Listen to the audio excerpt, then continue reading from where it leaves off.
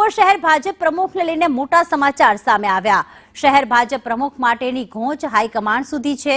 Mukesh Doshi repeat ન થાય તેવા એક જૂથના પ્રયાસો, એક સમયના સામસામે જૂથે હાથ મિલાવ્યાની ચર્ચા ચાલી રહી છે। શહેર ભાજપ પ્રમુખ માટે પુનરાવર્તન કે પછી પરિવર્તન?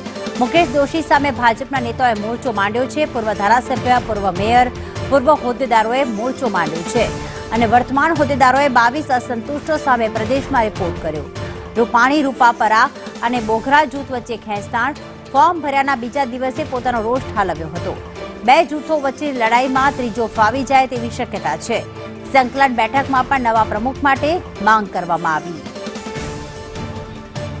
મયુર અમારી સાથે જોડાઈ ગયા છે। મયુર, શહેર ભાજપ પ્રમુખને લઈને સમાચાર સામે આવ્યા છે। કયા કયા જૂથ સામસામે પુનરાવર્તન થશે, પરિવર્તન થશે, કોના કોના નામ રેસમાં છે, શું વિગતો?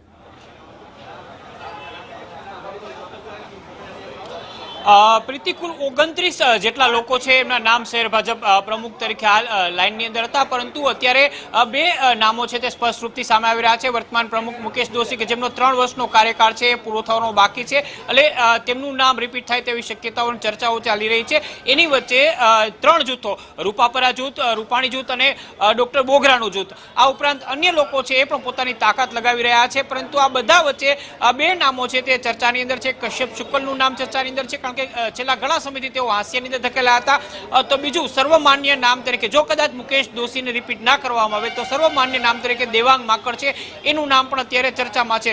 ગત વખતે પ્રમુખ બનતા દેવાંગ માકડ રહી ગયા હતા। તેઓ રૂપાણી જૂથની સાથે પણ સારો ઘરોબો ધરાવે છે, બોઘરાની સાથે પણ તેમનો ઘરોબો છે અને સાથે સાથે રૂપાપરા છે એમને પણ તેમના નામની સામે કોઈ વાંધો નથી।